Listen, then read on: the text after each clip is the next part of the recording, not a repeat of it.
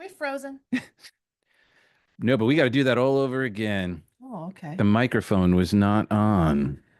Whoa. It'll be a nice edit, though, won't it? It shall. It shall. Shall we try it again? Whatever you say, my love. Let's do it. I am here for it. Of course, since everything is perfect. Exactly the way it goes. When it's not. Welcome to the Church of Rock. It was.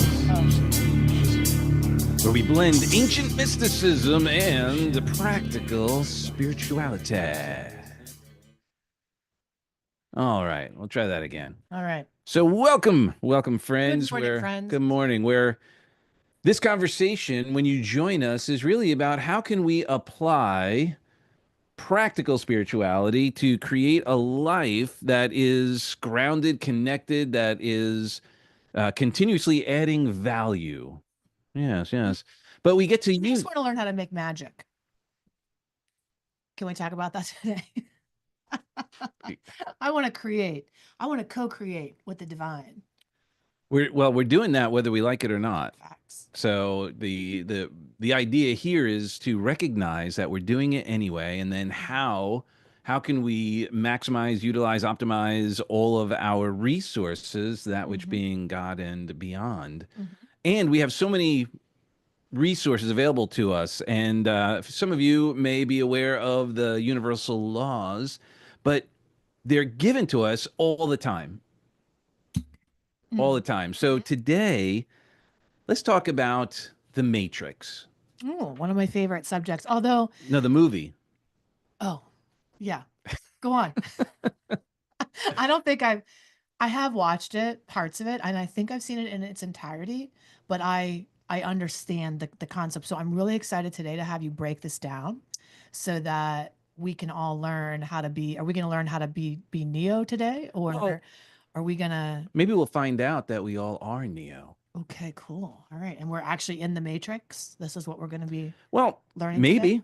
Great. Maybe. I'm here for it. I mean, the truth is we don't know, do we? Okay. And there actually are a lot of scientists who are sharing and talking about how they can actually prove that we are actually in an illusion, in a matrix. So listen, maybe. one of these biggest things is that nothing has a fixed position. I don't remember the name of the experiment, but if you have if you're looking at anything at all, it doesn't have a fixed place in time and space until you observe it. And then when you observe it, it takes a form and shape. So that to me is proof right there that everything is just kind of floating. And then we observe it and name it and then make it so. I forget the Crazy, right? experiment, but or who did it, but they used light and the way they would break out into different things. Like it would go through a slit and then it would land in one place and it would be one thing, or it land in another, but it didn't land until you observed it. Like it changed it's so crazy. It's so beyond. Yeah.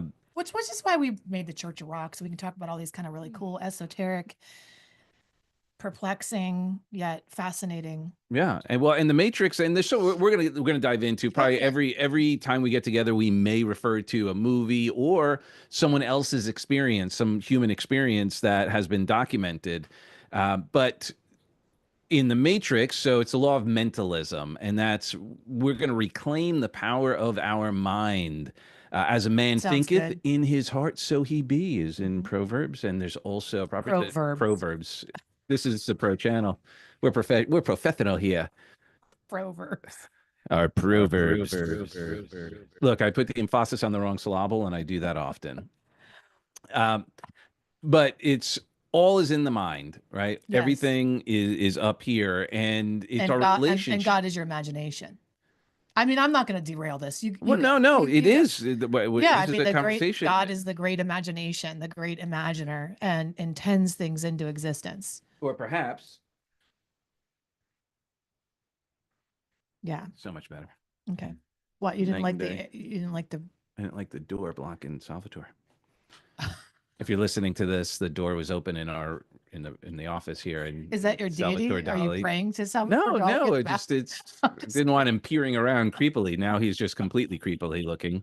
You're like, okay, go on, honey. So the idea The that law of mentalism. everything is in our mind. Our mind is the filter through which we are experiencing life. And Mhm. we are in an interesting situation. That's why this is so challenging, because there's that whole thing, you can't see the picture from the frame. And we are the frame, we are the picture, and then we're everything outside the picture. So that's why this is the challenge. Our relationship with our thoughts, our relationship with our emotions are the vehicles through which we communicate with God, with our higher power, because it's still all in the mind. And so God is, if God is, benevolent and non-judgmental, whatever image I hold in my mind, God obliges the imagery, whether because I am the co-creator. Right. So I have to intentionally create, or I do that by default in a world where God never says no to anything. Which is why it is so important that we manage our emotions, because that is what's going to influence that entire What are you experience. calling in? Yeah, what are you calling in? And again, I think so many people mistake this law of mentalism and think, oh, it's when I'm talking, it's when I'm speaking, it's when I'm sharing That's the things. last part. That's the Yeah. last place it shows up. So we can have all of these ideas about what we want to create in our lives. And we saw the law of attraction, or we saw the secret like everybody else. I mean, I got that on the black market from a hypnotherapist Well, that was in the marketing Canada. strategy. Yeah, in Canada, like 20 years ago. Yeah. And he's like, shh, don't tell anybody I gave this to you. And then we think, well, this is when we're creating, but it's really in the recesses of our mind, in the dark parts of our mind, the places where, let's say, all day long you do great job, really manifesting and holding a vision for yourself of light or love or receptivity or grace or whatever it is you're channeling. And then right before you go to sleep is when the guard shuts off, the guard of Mhm. the gate, right?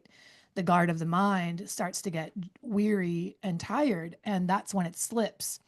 And if you have an unhealed mental gap here, what'll happen is at nighttime, your true thoughts will start to manifest. And if you are somebody that can't sleep at night, you have a mental tape playing in your head of wrongs or of past traumas or negativity. That is the programming that you're going to sleep with and waking up. And that's why you can do all this work all day long and feel like, man, you're doing such great work. But it's the deep recesses, the subconscious part of your mind that is really scripting you. And as you sleep, so it's really important that whatever Doug shares with you today, some ways, some tools for you to grab a hold of that subconscious, whether he guides you through a meditation that you can listen to at night before you go to bed, because this isn't easy, right? So this isn't something that you have to do all by yourself. You can borrow other people's ideas or thoughts until they infuse and integrate with your own. That's in your highest good, your highest best interest. And this is where this reframing and the reprogramming of autopilot needs to shift. And it requires this number one key, which is I am responsible for my own reality. The law of mentalism. I am creating my existence. And the problem is that many times we then go, well, I didn't ask for this. Like you're victim shaming. You're telling me I created this environment for me. I'm saying the images that you hold in your mind of being betrayed or rejected or abandoned or neglected on repeat at nighttime are calling in more of those experiences to you.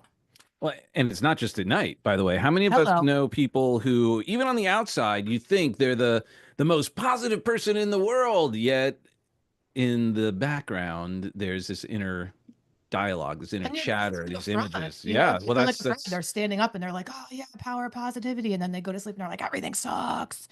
And that's that cognitive dissonance. right.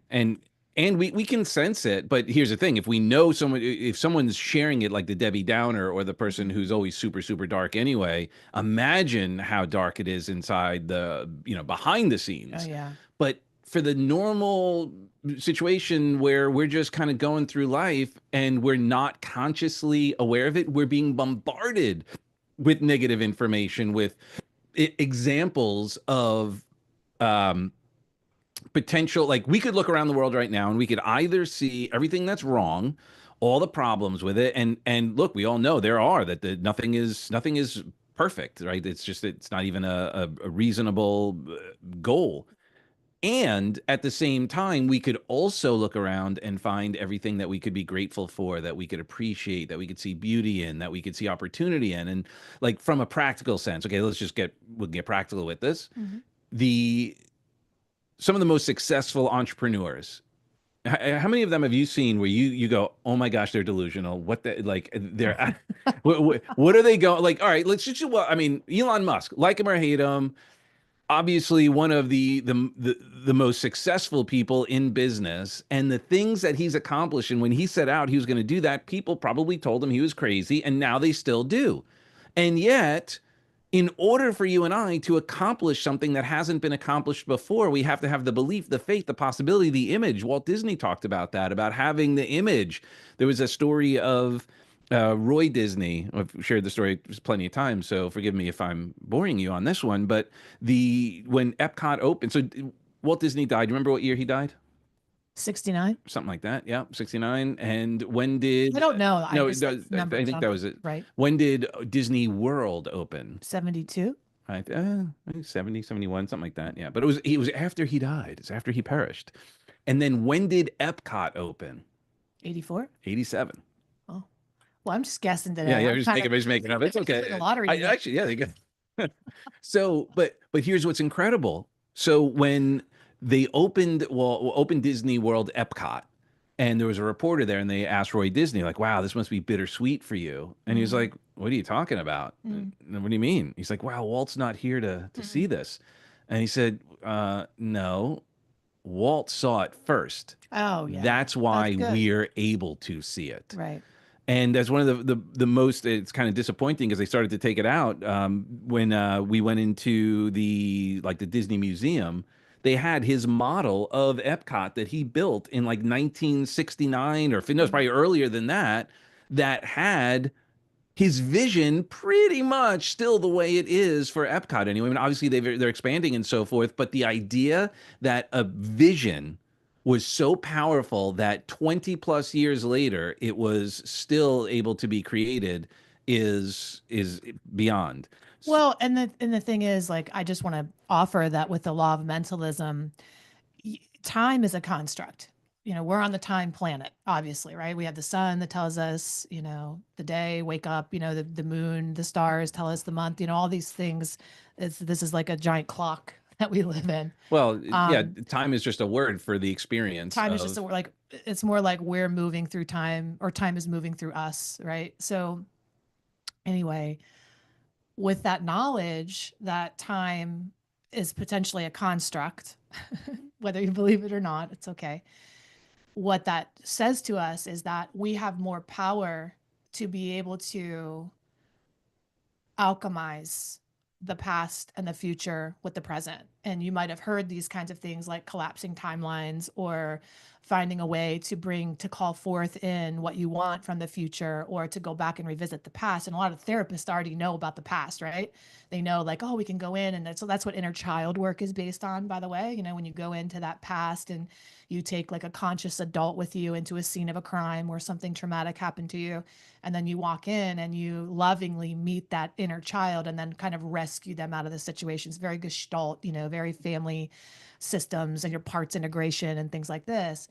And therapy knows a lot of that, but then there's this also that, so that's the psychological piece of it, where you can essentially affect the past by healing it, and then bringing that healing into the present moment.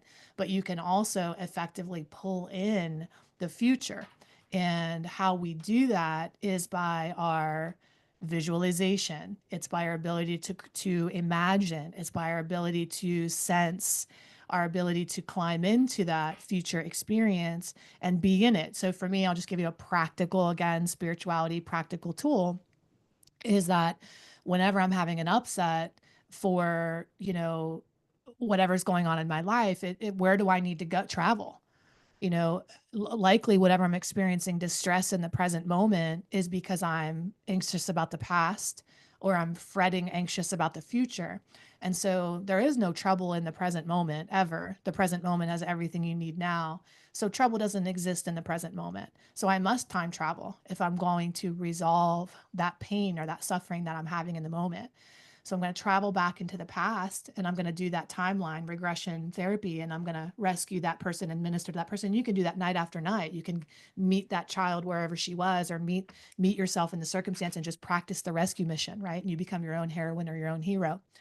But also to do the spiritual aspect of it, which is calling in. And you are calling in. There is life and death in the power of the tongue. This isn't new information. In the beginning, the word The word became became flesh. flesh, and that's what it is. I mean, there is no way around that this is the creation comes from here, right? Well, So yeah, and it's not just external speaking it, it's it's internal internal speaking knowing it. it. So Yeah. for me, and this is a practical meditation that I will use like a mix of, I don't know if you guys are familiar with EMDR, but EMDR is like rapid eye movement desensitization. And the part, I probably said that wrong, but the theory behind Eye movement desensitization whatever, reprogramming. whatever. But I think what it does is it reprograms because of how you're looking and where you're looking, and the future lives here and the past lives here. So it's very neurolinguistic programming. That's where it came from. Yeah. So, which Doug is a master practitioner and a trainer of. Um, but anyway, so what I'll do is when I'm drifting into sleep, when I'm ready, when I'm feeling like, powerful about the future or hopeful about the future or worried about the future, I will go in and consciously create it. And I always imagine what I'm creating next. For us, it's like this beautiful retreat space that we want to have where we have all of our fire walkings and our board breaks and all of our really cool experiential work.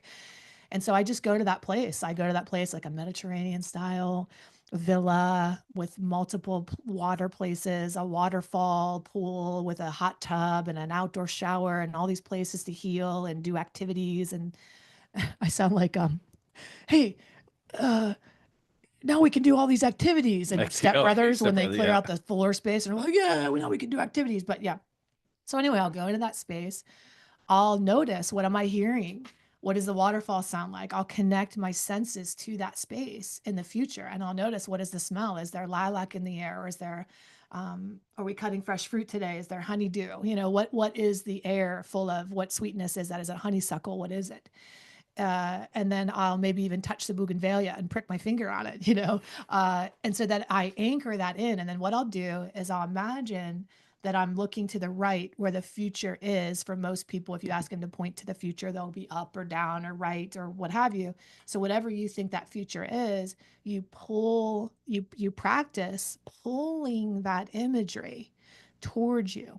You physically and mentally picture yourself pulling that imagery to you, and then you bring it home and integrate it into the present moment.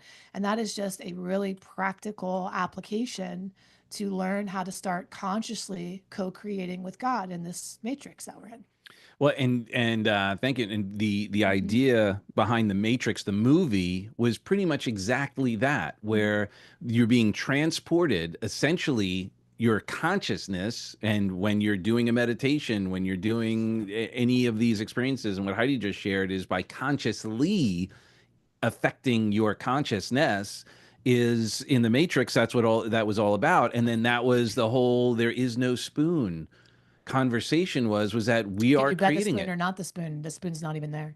Right. Yeah, And yet they were it able to is. bend it. And yeah, so there Yeah. it is. It's the that's the paradox of life. We are, as Heidi has shared, fully human and fully divine. And We I are like to call it both like totally human, totally human. like totally human, man. We all have our stuff, right? We're all just like, and fully divine is we all have this access to this otherness, that we're able to tap into. And oh, that's our daughter. Let me Yeah. step away and answer this. Okay, watch your And ears.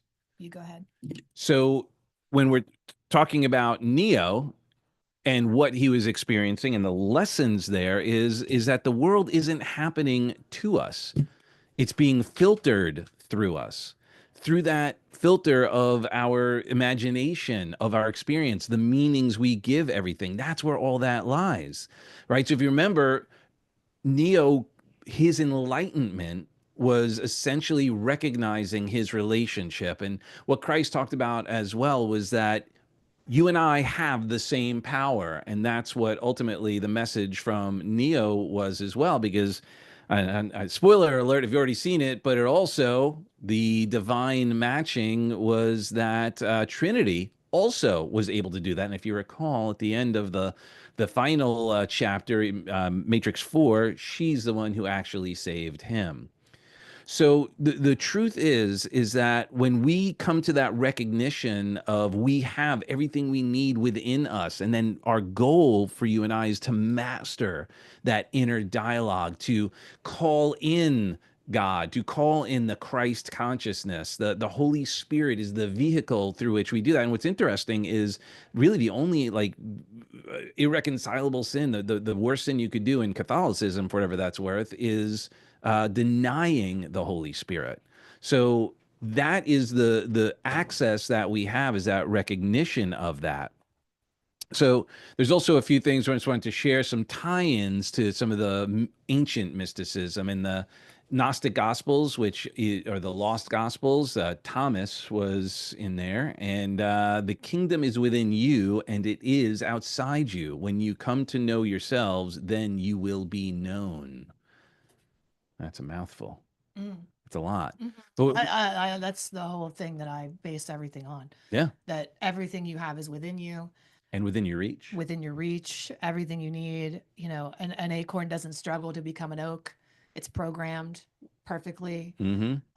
You know, a baby doesn't have to wonder if its eyelashes are going to come on time. You know, it's all divine.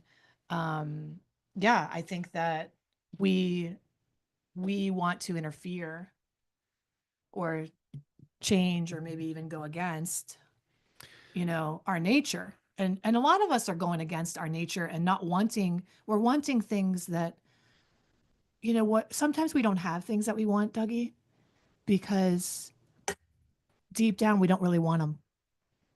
Well, yeah, there's It's not always a our little push, but truest heart's desire. there's a So much of this, dissonance. so much of this creating for people, I'm just hearing in my mind, I'm thinking, people are thinking, oh, that'd be great. I'd love to be able to create things, and but I don't even know what I want.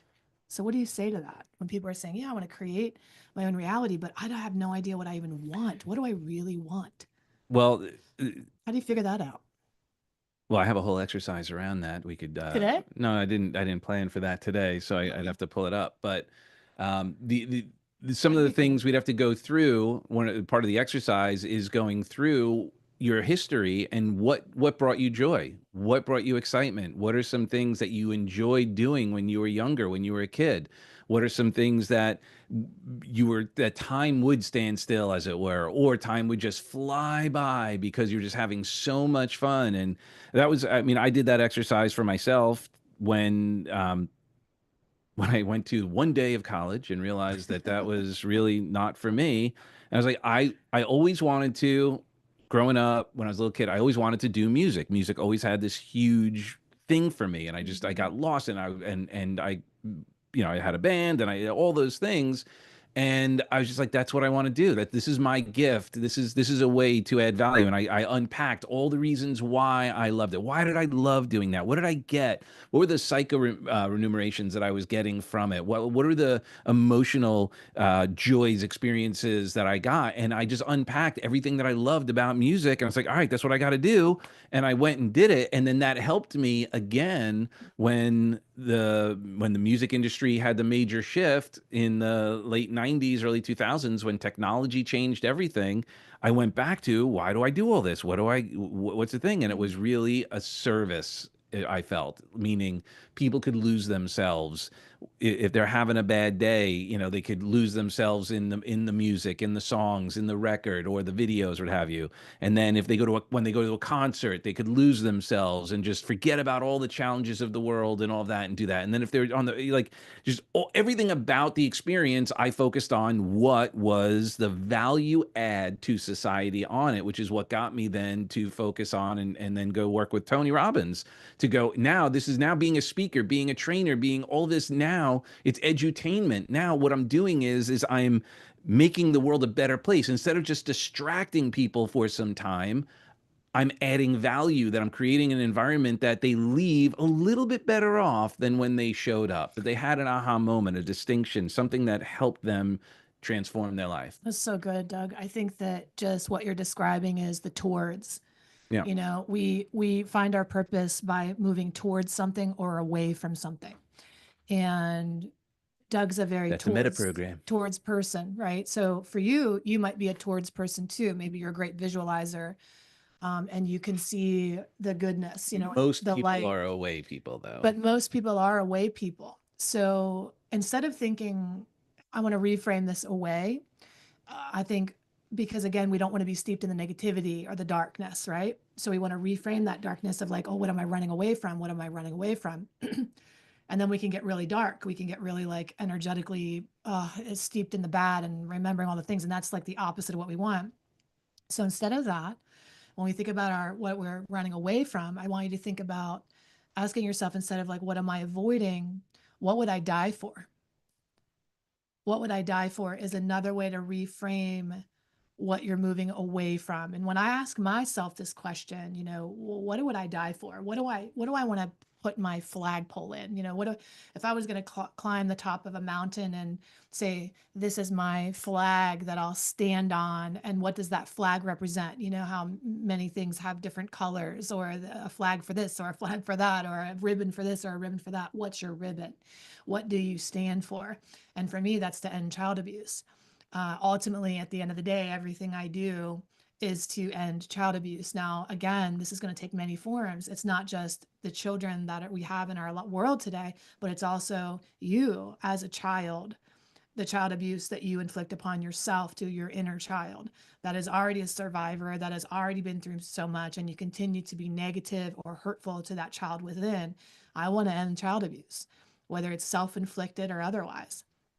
And so for me, when I think about that away, I'm not steeped in the horror of what's happening there, but more like a warrior would take a stand for something and say, this is where my battle lives. This is what I came here to do, or how I came to what I came to contribute and fight. And by the way, fighting as a warrior doesn't mean I'm going to come in with aggression and battle it and sword it. It also means a sword of truth, a sword of love.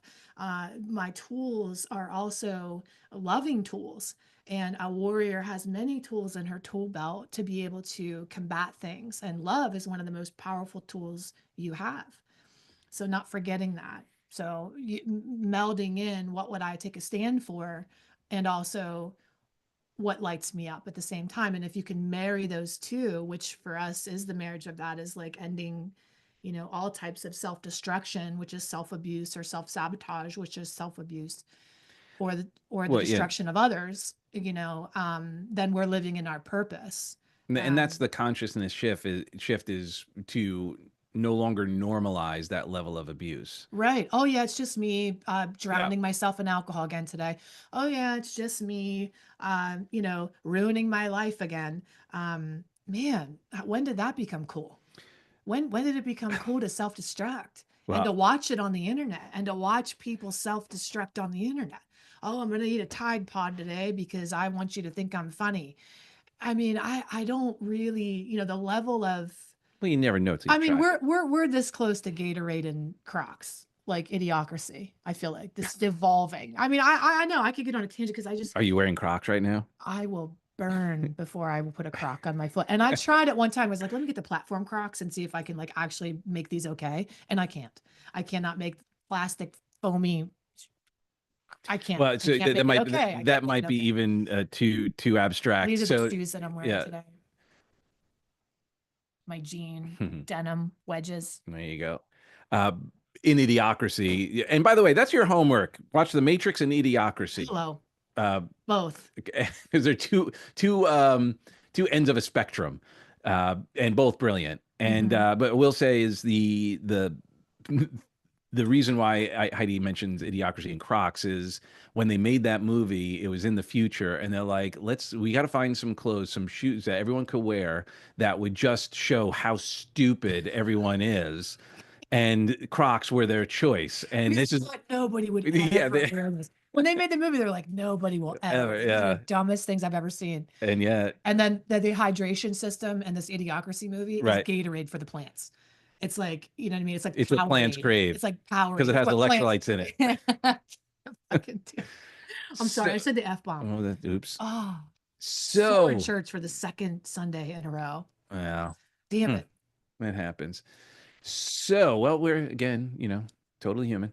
Um, and by the way, so to cut to it, how you were sharing earlier, as far as the patterns, the hypnosis that we achieve, Mm, those are patterns that we have. So we must mind our mind, mind our language. Our mm, language is how we experience life, and that's why I got so deep into NLP and hypnosis and all of that, because our our filters, our model of the world is what we say it is. mm. We decide it.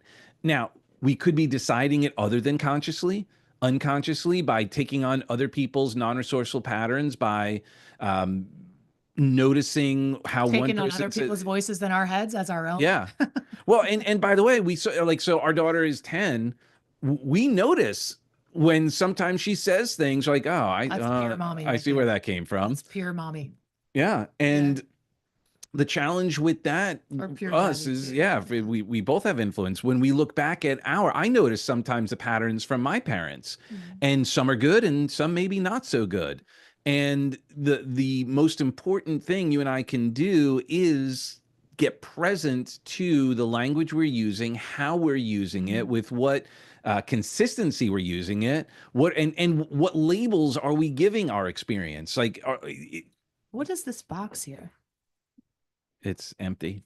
I was going to put a present in it, so I Is there have a surprise in this for me? not yet. What are you going to put in there? I don't know yet, Mm, but it's a nice Tiffany box. that's nice. Yeah. I've been collecting infinity stones. So yeah, Look at that. So we've got to put them in a I just box. got this one. I love this one. I wanted this ring. It wasn't even that expensive, but like I just refused to pay. I don't know why. And I finally just acquired it. It's beautiful. Thank you. So Let's put it in the box and open it. there you go. Go ahead. So as we start to wrap it up, we'll get into a closed out. What I'd like you to do, though, for a moment is, if you have seen The Matrix, reflect upon that right now Mhm. and think of Neo's journey. And that is the journey from consciousness or unconsciousness to consciousness. That the pain of, if you recall, the pain that he went through when he first learned that he was not what he was, that Man, the experience before, well, there's that's so the, many lessons here, Decode, yeah, right? that's, I mean, these are the, when we hear people talking about being born again, and these are the things that through language, through visual, auditory, all of the languages that we have available to Well, us, Jesus was the that's the greatest example experience. of how painful it is to have like an ego death, right? That it's and again, when Jesus was like, why have you forsaken me? It's like, well, everybody needs to go through this. It's unavoidable. If you're going to be able to get to the other side, which is so much more beautiful, we have to go through that fire of our ego, which is, for me, I have that fire all reminded to me, right? Which is, where do you know where you're held up is, you want to take the credit, alone. Hmm. You want to have all the answers alone. You want to do everything all by yourself. It's a separation issue, is what it is. And the ego wants to, I'll do it myself, and that's the only sin, really, is separation, is this division. It's, I'll do it myself. It's me against the world. It's me against you. But when we say, oh, it's me and God, okay, that's great. That's first part of the co-creation, but we're in a holy trinity of a relationship with God, self, and others. And so it's not just about how you commune with God, it's also how you commune with other people. And that makes like that holy trinity, God, self, and others. And without all sides of that, it's really not a complete relationship. Because not only do you want to have God see how you are and you want to co-create with God, but you want to be a reflection of that relationship to bless other people.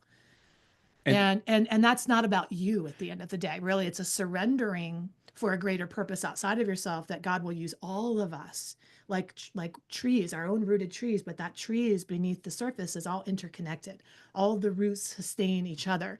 And if I grow my vessel and my tree and I clean up my roots and I make sure that I'm firmly planted in what I believe and what I know, then I'm a stronger root system for the rest of us too.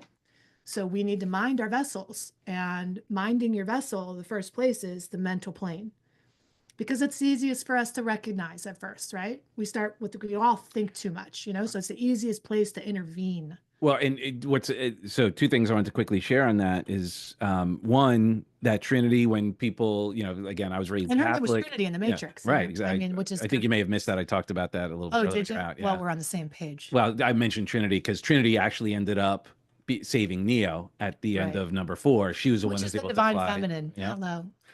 And what's interesting, so to go back to the other Trinity, how you just shared self, God, and others. That's also being raised Catholic. Father, Son, and Holy Spirit is the same thing in a different language. The problem is Mother, that father, people child. they in the get hung Hindu. up. Yeah, we get hung up on we make that box so narrow Mhm. that Father in human things means one thing, when really it is all things. Mother could mean one thing or all things. Think about the forms of the mother. Yeah. So Lover, warrior, sage. The mother comes in all these forms, and so does the right, father. right. So that's where language can trip us up. And archetypes can benefit us. Well, right, Like the because Matrix. we need to put, in order for us to, You're so it's smart. analogous. Well, it's how we learn. That's why Jesus was so powerful. All the parables and this is why. Oh, by the way, there's I got love another how thing. smart you are. Yeah. Oh, thank you. You're welcome. You too. Is why minding our mind as well with what we're consuming, what we're allowing That's in. right. What are we watching? What movies are we watching? What television shows? What books? I have to What are we guard that because I scrolling? still am a little addicted to the Real Housewives of Beverly Hills. It's not the So best for my psyche. it's I'm still fully human. it, Totally human. it's yeah. Am I interrupting? Am I hot on my mic? No, you're fine. Okay. Um, You're gonna do so your close eye? yeah. Are you picking her up? Yeah. Okay. So I will I have to go. yes, I will let you go, and we will close with a closed eye, pun intended. Listen, I'm gonna say I love you. Thank you for joining us. Doug's gonna do a closed eye. Don't miss it. This is where everything integrates. So at the end of every Sunday, Doug's gonna encourage you to meditate. And it's in this meditation that I want you to think about surrendering. And for a lot of us, that's really difficult, to just surrender, but it requires a trust. And what I know for sure is that my husband is the safest container I've yet to come across, where you are. And I know for me, when I came to him initially, when we connected, felt very broken in many ways, like a hot mess express. I was afraid to show all my parts to him, all my messy parts, all my traumatic parts. And he's been really one of the only people in my life that I've allowed, because I'm sure other people can do this. We can all do this. But he's been the one I've allowed to melt off those edges and to allow myself to soften within the space that he holds. And if you want to think about that, like him holding the divine masculine space, whether you're male or female or whatever that is, it's just a space. It's just a container for you to explore whatever comes up for you inside of your meditation. So really take it seriously. Get yourself into a comfortable position every Sunday.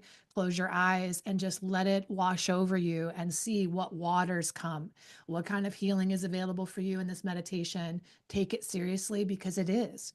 It's your opportunity to melt a little, to release a little bit, and to feel held in a sacred space where maybe for most of us, many of us don't really have that opportunity a lot, to feel totally safe and surrendered.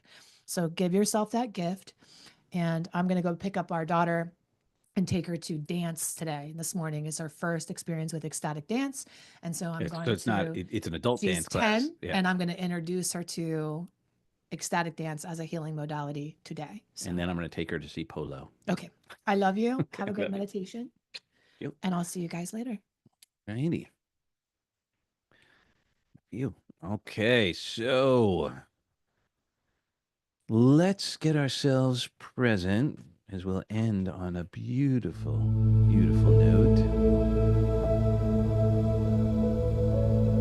Why don't you go ahead and take a nice, oh, by the way, if you're driving, keep your eyes on the road.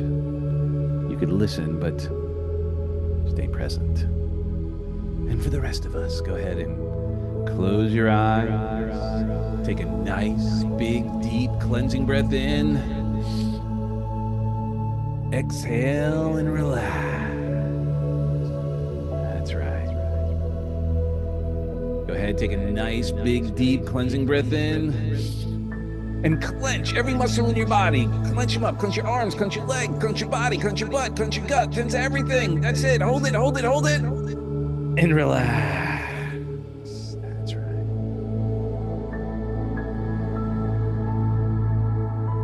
Now, with your eyes closed, and as you settle in, you can begin to notice how easily your mind drifts and your body remembers what it feels like to be home. Because long before you forgot, you knew, didn't you? You knew you are powerful. You may not have remembered it, but a part of you never forgot.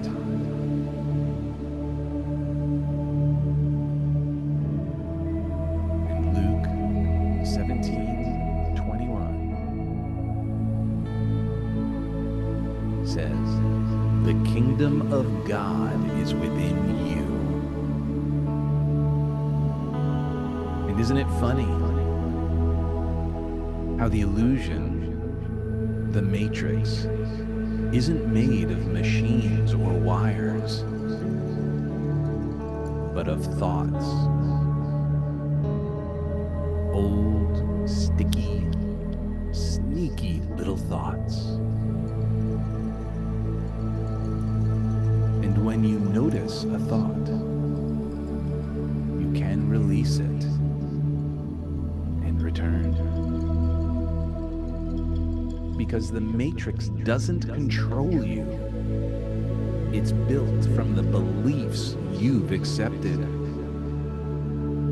Some borrowed, some inherited, none of them permanent.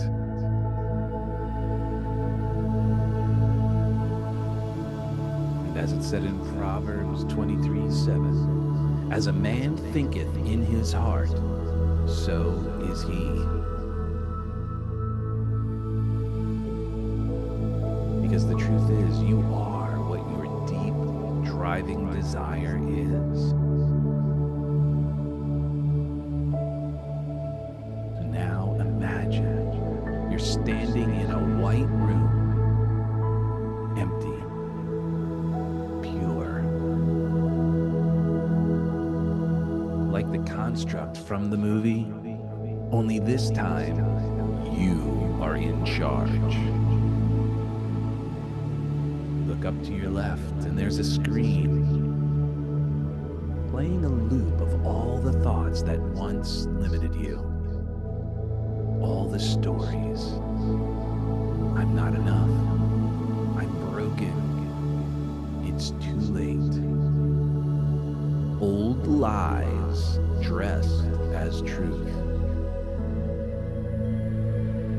And as you see them, you can say, "That's not me anymore. That was never really me at all."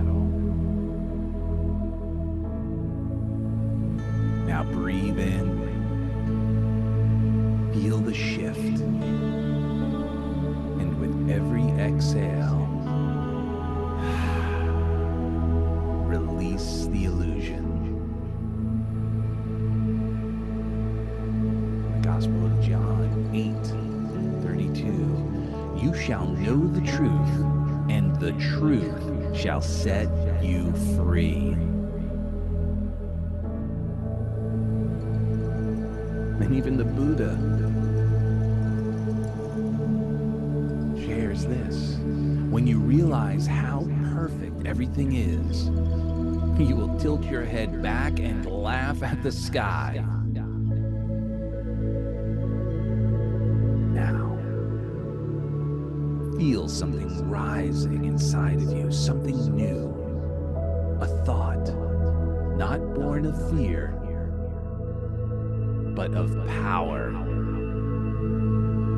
like a signal being transmitted through time, your highest self to your here and now self. And the voice says, I am not my past. I am the one who chooses. And that part of you, the real you, smiles and remembers. I am not here to survive the Matrix. I am here to rewrite it.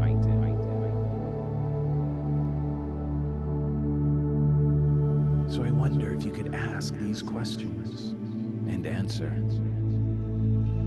Why is it so easy for me to access my inner power?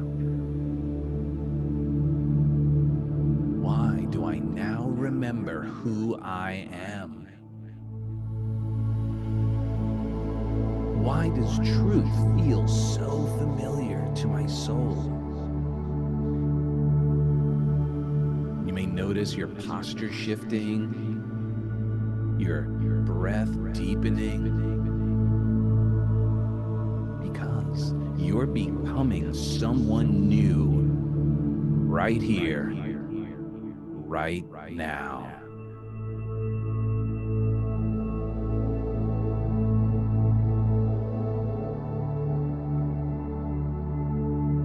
In Romans chapter 12, verse 2, it says, be transformed by the renewing of your mind. And yet, Dr. Wayne Dyer shares something similar. Change the way you look at things, and the things you look at change.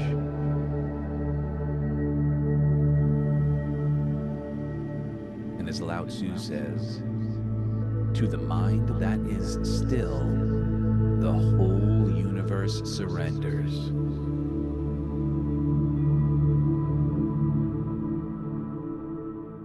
And as you begin to float just a little higher, imagine stepping into a moment where you are already the person you are meant to be.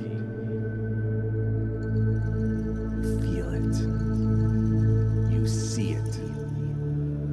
You hear the crowd, the silence, the power of peace.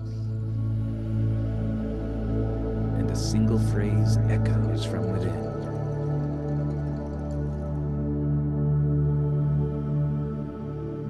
Rising like thunder through your chest. I am the one, and I always was. Now, as you begin to come back to the room where you are right now, carry with you this truth. You are the thinker of the thought. You are the chooser of the code. You are the creator or co-creator of your reality. Now feel your body reawaken, your spirit reignite, and let this truth ripple out into your life like a signal that awakens others. Because the Matrix doesn't stand a chance against someone who remembers. You are rock. You are sovereign. You are the one. And so it is.